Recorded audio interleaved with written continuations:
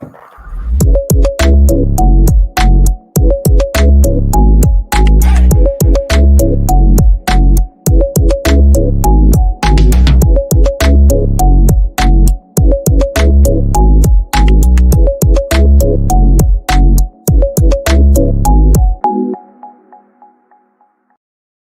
are live. This is Mike Wall. Welcome back to another episode of the Agent Revolution podcast presented by Mike Wall Live, the place where we deconstruct the biggest challenges facing today's real estate agents so that they can build a sustainable, profitable, and most of all, fulfilling real estate business. Man, I'm super excited today. I got Mega Agent Nick Waldner, and we are talking about building a $100 million business through repeat and referrals. And could not be more stoked to have you on, brother. Hey, don't forget, you can get more free real estate training. In fact, you can get 8 hours worth of free real estate business training over at MikeWallLive.com. Nick, are you ready to rock, man? Let's go. Let's go. Let's do it, man. Well, I'm actually really excited to have you on, man, because I've been hearing so much about you. You obviously do really well in the real estate community. Not only from a perspective of helping buyers and sellers, but also giving back to the realtor community. And it's just been a real honor to get you on the show today. And I know you can really add some value to our audience as it relates to repeat and referral business. But before we do that, man, let's get a little background on you. Give us a little history on Mr. Nick Waldner. So been in the business for 16 years at this point, and really spent the first 12 years of that kind of hitting my head against a wall. Just my goal was always right around 40 deals a year. So I'd sell 38 one year, then 40 the next, then 41 the next, then 39 the next. And I realized that I'm out there hunting my food every single day, and you only eat what you kill.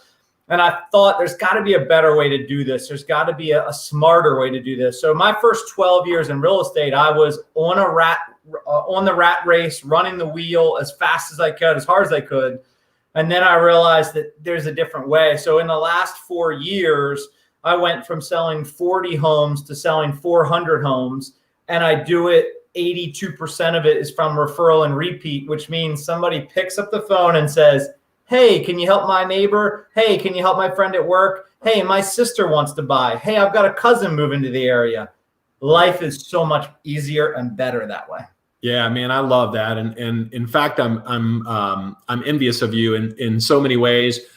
This is something I really did wrong too, the first part of my career. And I don't, it never occurred to me until I really started looking into like lead acquisition cost and really running my business like a business that it made so much more sense. And the odd thing is for me is I was more comfortable calling people I didn't know, who did not know, like, and trust me, and asking them for business than I was calling people who already knew, like, and trust me, and that I had a great relationship with, and I already did a really good job for. Yeah, what happens is we don't know what to say. When we call, if I called you, you're a past client, and I say, hey, Mike, how are you? How's the house? How's the family? And you're like, it's good. And I'm like, okay, great. And then I call you in 2-3 weeks, and I say, hey, Mike, how's the family? How's the house? And you're like, it's good. Why do you keep calling me? And then I call you again and say, hey, like, that's why we stop, because we don't know what we're calling to say. So therefore, I'm just not going to say anything. Yeah. And I'm guessing this is leading to the nugget, right? And when we talk about, and the funny thing is this the timing of this actual podcast could not be any better, because we just had this conversation at our Monday meeting. Is we're talking about building authentic relationships, right? Because no matter what, any sale you've ever had has always started from a conversation, right? Every single sale has always started from a conversation. And the context we were talking about that in is obviously the more people you talk to, the more opportunity you have to buy or talk to a buyer or seller. And, so we talked about scaling conversations on the phone, but more importantly, as it relates to repeat referral business, is building that authentic relationship in the moment and then being able to nurture that relationship into repeat and referral business, right? And that's what you're so good at. Yeah, I think that in the beginning, before we know anybody, before we've done any business, it's a quantity game. The more people you talk to, the more business you do. But very quickly, that quantity changes to quality. Yeah. And I would say you give me 100 people that know, like, and trust me, I can get more business out of that group of 100 than if I had 400 strangers that I was calling on a quarterly basis. Yeah. Yeah. And when we talk about building authentic relationships, right? So let's say, again, and all this happens during and after the sale. So during the sale, the obvious thing is that you do a good job for your client, right? You do such a good job. That's table stakes. Right off the bat, if you're not a great agent and you're not looking out for their best interest and you're not putting their needs ahead of your own and you're not making them feel like you've got the entire thing under control and they're stress-free, if you're not doing any of that, just stop right now and focus on building your skill there, because you're not going to get referral and repeat unless somebody says, wow, you're doing an incredible job for me. I want to go tell other people. Yeah, if you go to a restaurant and you get a mediocre meal, you'll eat it, but you're not going to tell anybody about it. Right. If you have a bad meal, you're going to tell everybody about it. Yeah, if you have a fantastic meal, you're going to tell 2 people about it. Yeah. So we've got to be fantastic and then find those 2 people.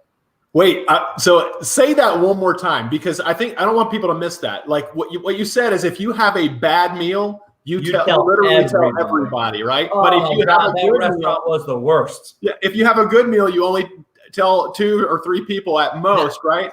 That's a great meal. A good meal, you don't tell anybody. You're like, it was okay. It was pretty good. Yeah. A great, fantastic meal, you might tell 2 people. Yeah. So moral of the story, don't do a bad job for people, do a great job for people, and then they'll tell a couple people about you, right? And part of that process, Nick, is, correct me if I'm wrong, is coaching them on what to listen for, right? And so when you talk to somebody and they've just done a really good job for you or one of your team members, what do you coach your team members to say to that individual so that they know when they hear somebody talking about real estate that they think of you guys? Yeah, so we begin every first meeting with a client and we end it with something called the promise script. And it was something I got from an agent named Mike Hicks out of Idaho Falls, Idaho. So this tiny town that I think has 7 people in it, and he sells everyone's house. He has like a 40 or 45% market share. Wow. And he's doing over 400, 500 transactions. So in this tiny little market with not a lot of people, and he's got this incredible market share. So every time what he taught me and what we've done for the last few years is when we sit down with a client, I say, Mike, great. So now that we've gone over everything, we have the plan to sell your house. Can I go over one more thing? You, of course, say yes. Yeah. And I say, great. Well, the last thing I want to just talk about is our promise. And it's really a goal or a promise that our team makes that we're going to do everything in our power to be out in front of any of the changes, anything that happens. We're going to try to make this as stress-free as possible for you. And we know it's real estate. There's people and there's going to be some problems, but just to a consumer, we're going to do everything in our power to make this a great transaction. Is that fair? Fair. Okay, so what I'm going to ask you is, if at the end of this transaction, if you feel like we've done a level 10 service, 10 out of 10, we've really helped you with every aspect and got you to where you want to be, that you'll feel so good about our team that you'll refer somebody who's looking to, you'll make an introduction to somebody who's looking to buy or sell real estate. Yeah. So if we do a great job, that's our one ask from you. If we can fulfill that promise, would you be willing to recommend us to somebody else? Yeah, absolutely, man. Now, Mike, I want to take that one step further. If we get to closing and we sign all the paperwork and we are, in jubilee of everything we did, and you don't have somebody that you'd like to introduce me to that needs help in real estate, I'm going to assume that we didn't live up to our promise. We didn't give you that level 10 service. And I'm going to want to have a quick conversation about how we can get better and how we can do a better job so that our next customer, we give that level 10 service. Is that fair? Yeah. So now how do you feel right now? Yeah. I mean, I feel like you're probably going to do, number one, you're going to do a really good job for me. And number two, I'm starting to think about people I know who might be selling or buying real estate, right? Yeah, And I'm setting those expectations that I'm going to wow you. Yeah. So everything in my process is designed to wow you. And when something does wow you, that's when I always say, hey, Mike, this is just our level 10 service. And I say that over and over and over again. In the back of your mind, you're thinking, geez, if we get to settlement and he's done all that and I don't have a name of somebody he can help in real estate, it's going to be an awkward conversation. Yeah. And they're going to want to bring a name. Yeah. You know what I love about this, man, is that, very few people do that, by the way. And because the reason why people don't do that, Nick, is because they don't have to. And the reality of it is they don't know what they're missing out on just by having that 5-minute conversation, because they feel like, right, it's the same thing when you get a buyer under contract and you're super excited, right? And then it falls apart in inspections. Why? Because you didn't have a conversation with them about what to expect in the inspection process, right?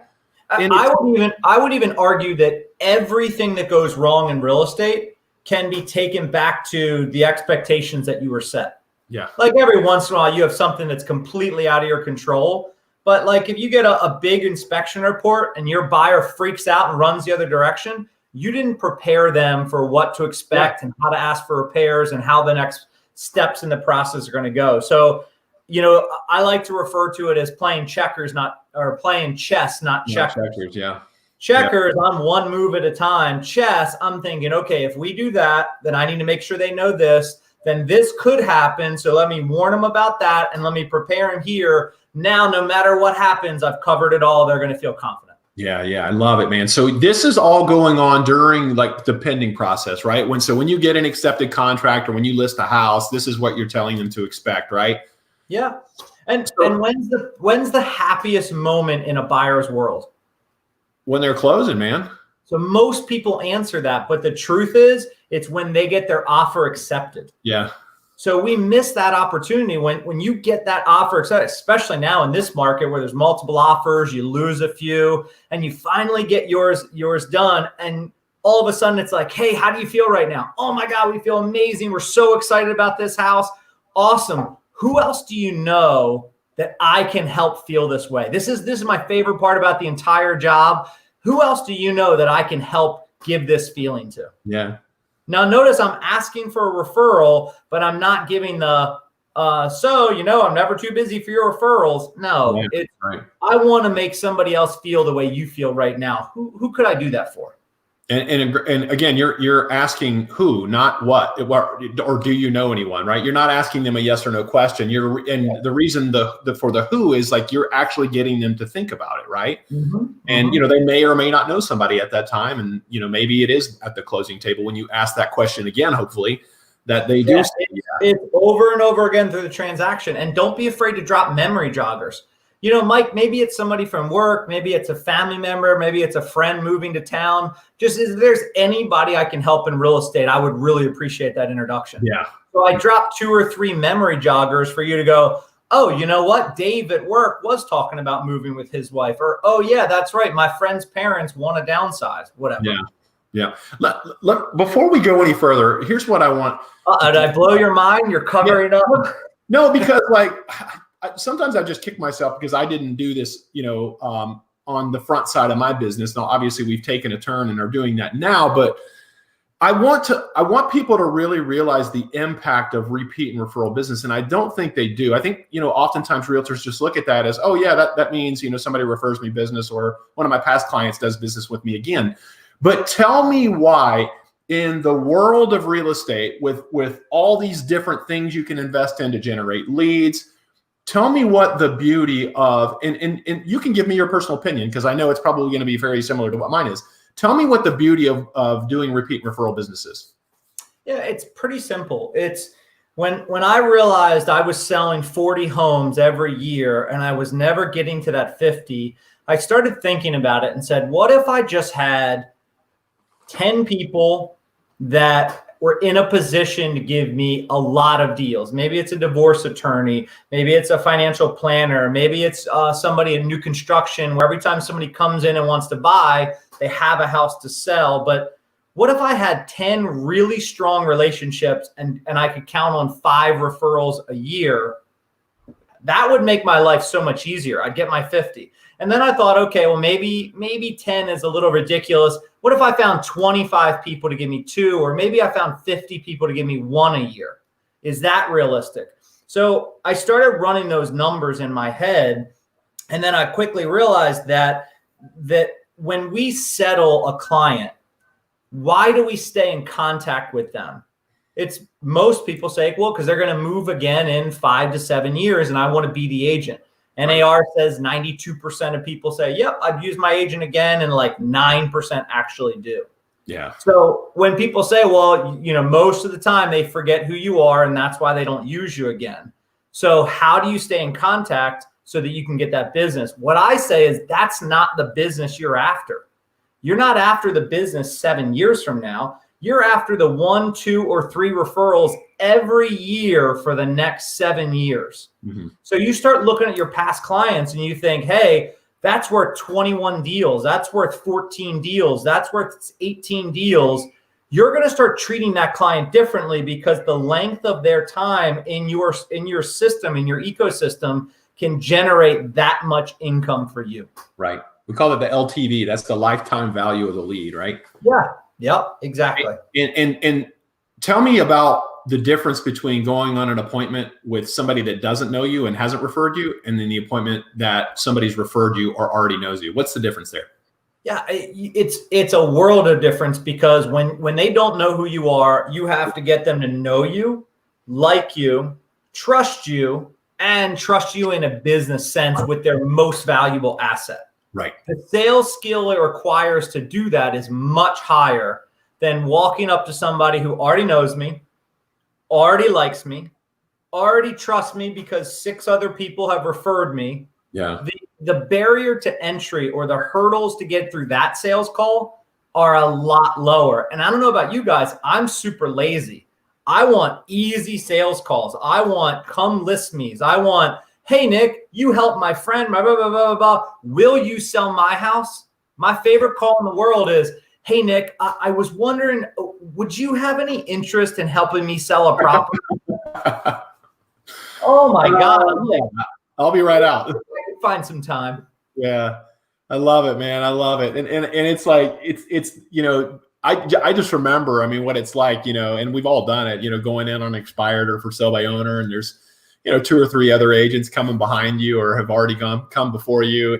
And I mean, you're grinding it out, man. You've done everything to prepare for that. You've got this whole presentation, right? Whereas, you walk in and you've got a referral from a close friend, right? And it's like, hey, you've brought your marketing material and it's like, oh yeah, we're ready to sign the paperwork. Let's just talk price, right? And it's like, right.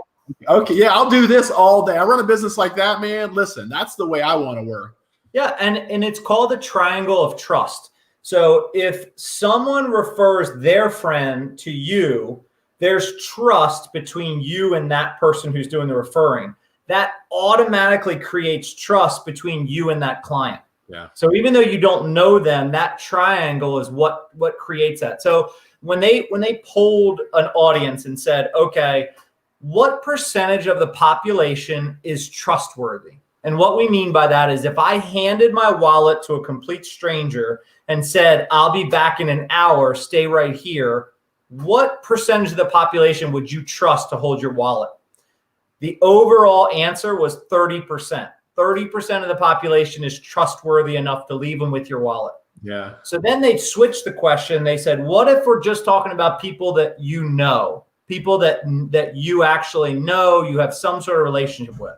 And people's answer changed to 70% of the time they'd feel comfortable leaving their wallet with them. Wow. So right off the bat, we don't trust the majority of people we don't know. Yeah. Yet we trust the majority of people we know from any. I went to high school with them 20 years ago. I worked at a job with them 15 years ago. I see them at my gym once a week. Like those are not like really strong relationships, but because they know me and there's a sense of familiarity, there's a trust there. Yeah. Yeah. And that, my friend, is the impact of knowing people versus not knowing people when you're on an appointment or on a call. So let's talk about this because I know we kind of, again, I wanted to reiterate that so it has more of an impact and people truly get what we're talking about here. But talk about after the process. Like, what are you doing to stay top of mind after you close? Love it. So there's a couple of ways that we need to do it. So one thing is we have to know there's really 3 things. It's the who, Who are we following up with? Who are we calling? Who are we keeping a relationship with? Then it's the frequency, and then it's the intensity. Mm-hmm. So when I say frequency and intensity, first we know who we're following up with. This is anybody who we've helped in real estate or who has referred us business. So if you have somebody that's given you a referral but actually hasn't transacted with you, you need to bring them into your fold because they're already doing the activity that you want your past clients to do. So get them in there, get them close, make them feel loved. So we start with the who, then we go with frequency and intensity. Mm-hmm. And what I mean by that is if I called you once a week for the year, how intense would that be for you? Extremely. Too much, right? I don't need to hear from my insurance agent every single week to check on me. The intensity is too long. But if he only calls me once a year, the frequency isn't enough to make an impact. Right. So we've broken it down to 3 things you need to do. You need to call every one of your past clients and referring clients once a quarter. That's once every 3 months. It's not a lot. Then you need to connect with them on social media once a quarter. Now look at the intensity of that. So Mike, you post on your wall that you got a new puppy. And then I go on, I like your post, and then I write, Mike, that is the cutest dog. What kind is it? Yeah. And then you write back, oh, it's a German short hair pointer. My family has always wanted one. And I say, it's adorable. I hope you guys are doing well. Yeah. I've gotten a little bit of your mind share. You remember who I am, but in no point was that anything more than just being friendly and keeping myself top of mind. Sure. So the intensity was way low. Yeah.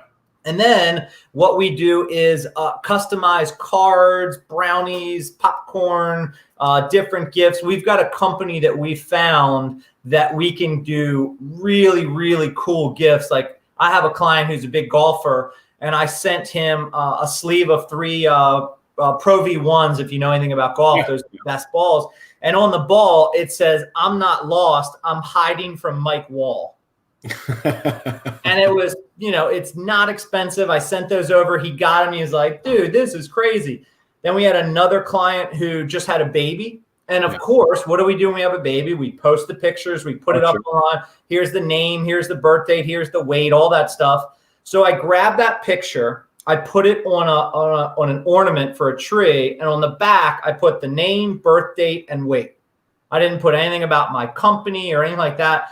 And then the company I use mails that directly to the client. They open it up. They look inside. They're like, oh my gosh, look what Nick sent us. Oh my God, that's so amazing, blah, blah, blah. They're crazy in love with that new baby. And now you've hit that heartstring. And every year they put that ornament on the tree, they remember who gave it to them. Yeah. And so what's make a bigger impact. Again is the intensity level still really low there. But it's not in that anytime somebody sees your name, the immediate thought is, who is this person? They try to make the connection, and they know Nick is a realtor. Oh, Nick sent the gift, right? And then the emotion starts, right? And that's where the power of it is. If you think about anybody they have a role in your world. If you're the main character of this play, every single person has a role. So you might know Mike, the podcast guy. Somebody else might know Mike, the brother. Somebody else might know Mike, the, whatever sport you played, just all that stuff. Like everybody has a different role for you. When you obviously want to be known as the realtor, but you also want to be known as the nice guy, the thoughtful person, the guy that you really like, because they really just go above and beyond. Right. You got to have a human side, right? Everybody wants to know that you're human and that you're just like they are. Love it, man. So, okay. So the who, which we know is the past client database, right? And then you talked about, so the frequency, the intensity, frequency, are you looking like overall, like, are you guys doing like a 33 touch, or are you doing more than that? So notice the frequency. I said once a quarter, and once a quarter. Yeah. So that actually works out to be once a month, but they're spread out. It's a call, then a social media touch, then something in the mail, then it's a call, then it's a social media touch. So it's spread out, but it's once a month.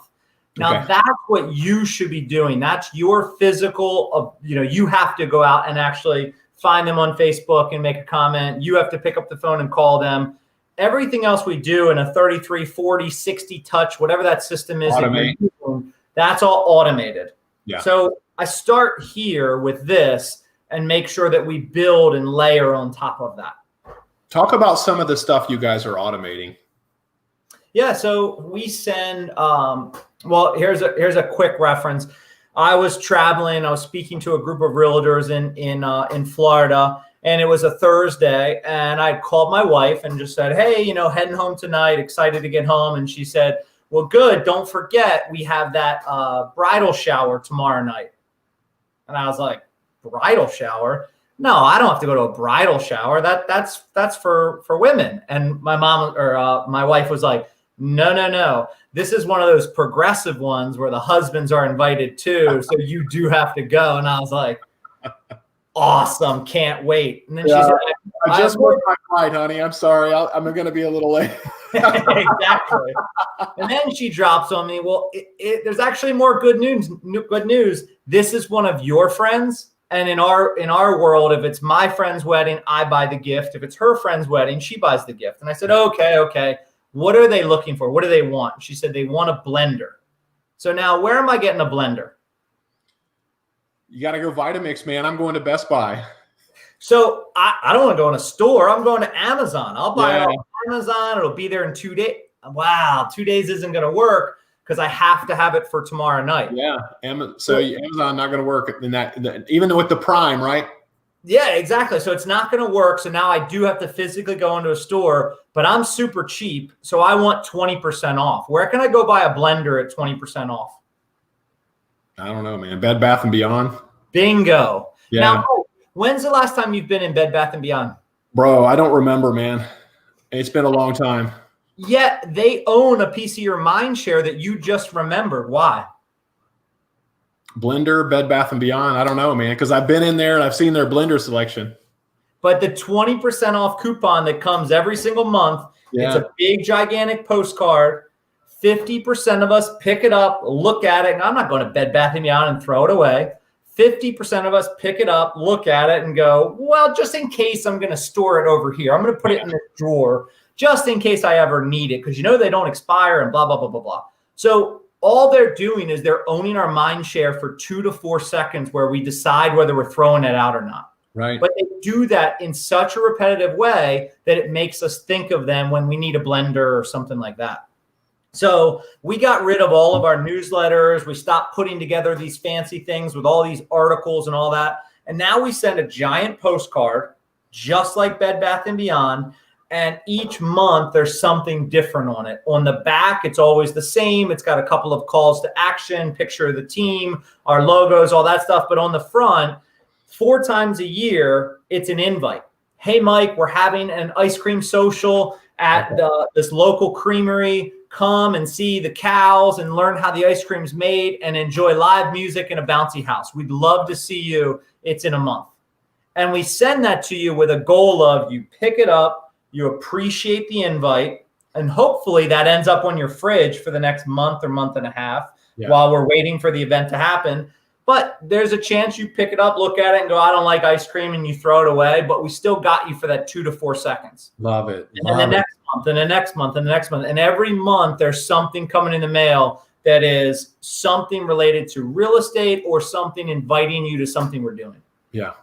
I love it. And do you guys put anything on there about like home valuation or anything like that? Exactly. On the back side of it is wondering what your home is worth, or, we just sold 47 homes this month. Would you like to be next month? Like whatever it may be, we'll find out how we've gotten 100.7% of asking price over the last 30 homes. Like whatever it is, like we put something out there to get them to say, oh, I wonder what that's all about.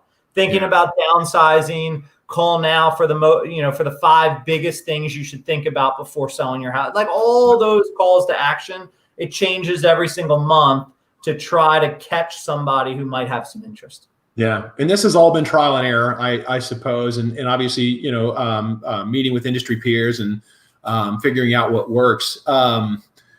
For you right now, like what's next, man? What's on the horizon for you? What are you like, if we're looking 3 to 5 years out, like where are you headed right now? So I've really been pushing net worth with everyone on my team. So in the sales world, we chase a commission dollar. And every single day we get up and we chase that commission dollar. But we don't actually look at how that changes our net worth. If you make $100,000 a year every year, or you make 125, or you make 200, you make 400,000 a year. The second that you stop selling real estate, you stop making anything. So my philosophy is you want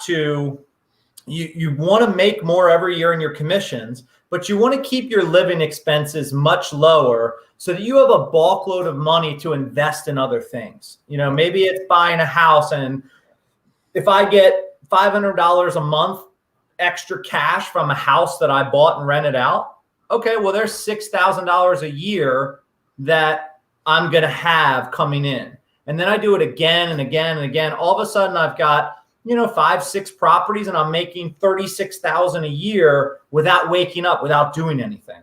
Yeah. So I really push that we should be thinking about our future, and we should be investing those extra dollars instead of buying the Porsche, instead of having the fanciest suits, instead of, spending that money like, oh, it's going to go away, I got to keep spending it. Yeah. So we partnered with a new company that their job is to go out and get refi leads for the big mortgage companies all over the country.